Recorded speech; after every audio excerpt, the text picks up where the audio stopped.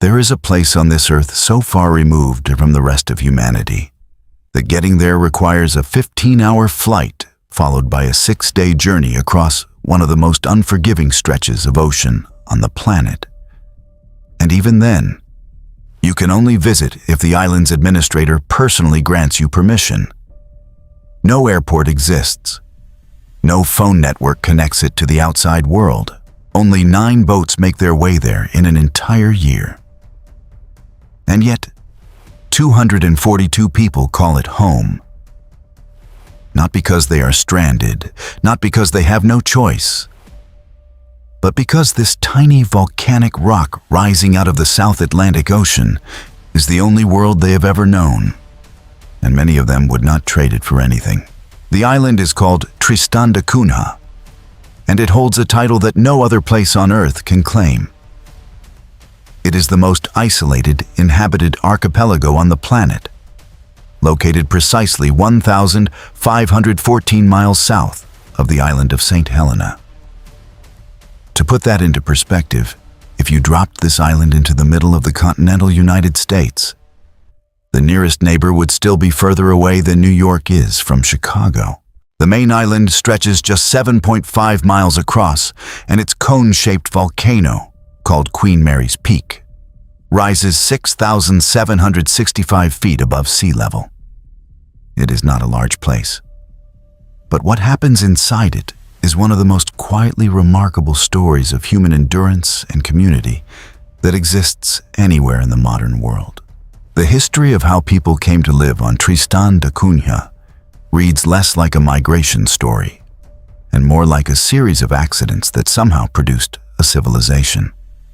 The first attempt at settlement was made in 1810 by Jonathan Lambert of Salem, Massachusetts, who arrived with 3 other men and proclaimed himself ruler of the island. His reign was short, as Lambert and 2 of the other men drowned during a fishing expedition in 1812. One survivor remained, farming alone until others joined him. Then, in 1816, the British annexed the island, sent troops, and promptly recalled most of them. Several men led by Corporal William Glass decided to stay and settle on the island, becoming the ancestors of many of today's islanders. Love money. The entire modern population of Tristan da Cunha descends in large part from that decision made by one man who simply chose not to leave. What grew from those early years is a community unlike anything else that functions in the 21st century. The 242 inhabitants share just 7 surnames of American, Dutch, English, Scottish, and Italian descent. Everyone on the island is related to everyone else in some way. There are no strangers here, no anonymous faces passing on a street, no possibility of the kind of urban invisibility that most people in the modern world take completely for granted. When something goes wrong for one family, it goes wrong for all of them. When something is worth celebrating, the entire island celebrates. Daily farming, including sheep shearing and cow tending, is a communal activity for all villagers. The social contract here is not written in law. It is written in the shared understanding that survival on this island has always depended on every person doing their part. The physical reality of life on Tristan da Cunha is something that most people in connected, comfortable parts of the world would find genuinely difficult to imagine. The terrain is too rocky for an airstrip, making the island accessible only by sea, and only 9 boat visits are made to the island each year.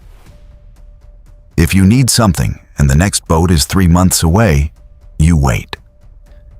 If someone on the island requires emergency medical attention, the options are extraordinarily limited. Tristan da Cunha's sole settlement, Edinburgh of the 7 Seas, does have modern amenities, including electricity, internet, and even a local pub. But the internet is slow, and the connection to the outside world it provides is a thin thread stretched across nearly 1,500 miles of open ocean. Live television and news did not reach the island until 2001. For most of human history, this community existed in near total informational isolation, developing its own rhythms, its own values, and its own way of understanding the world entirely on its own terms. The most dramatic chapter in Tristan da Cunha's modern history came without warning and reshaped the lives of every single person on the island in a matter of hours. In 1961, the island's volcano erupted, forcing the entire population to evacuate to England for approximately 2 years. Though the settlement was largely spared from destruction. Imagine being lifted from the only world you have ever known and deposited in one of the largest, busiest, most complex cities on Earth. The islanders arrived in Britain to noise, crowds, traffic, television, supermarkets, and a pace of life that must have felt like a completely different planet. Many of them struggled profoundly with the sensory overload of modern urban existence.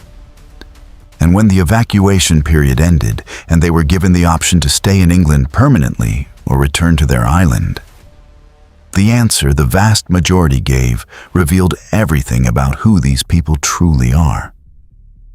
The majority of Tristan residents chose to return in 1963. They went back to the volcano. They went back to the isolation. They went home. The island's population today speaks a dialect of English that exists nowhere else on Earth. Tristan da Cunha, English, locally called Tristanian, is the smallest and most isolated native speaker community of English in the world, with several unique phonetic and phonological characteristics. Language, like everything else on this island, evolved in isolation, shaped by the specific mix of people who settled here and the centuries they spent cut off from the linguistic influences that continuously reshape English everywhere else. When you hear a Tristanian speak, you are hearing a living record of how language changes when it is left entirely to its own devices. A linguistic time capsule sealed inside an ocean. Perhaps the most extraordinary thing about Tristan da Cunha is what it tells us about the relationship between human beings and the concept of home. These are people who had an opportunity to exchange one of the most remote, difficult, and logistically complicated lives on the planet for the relative comfort and convenience of modern Britain. And they said no.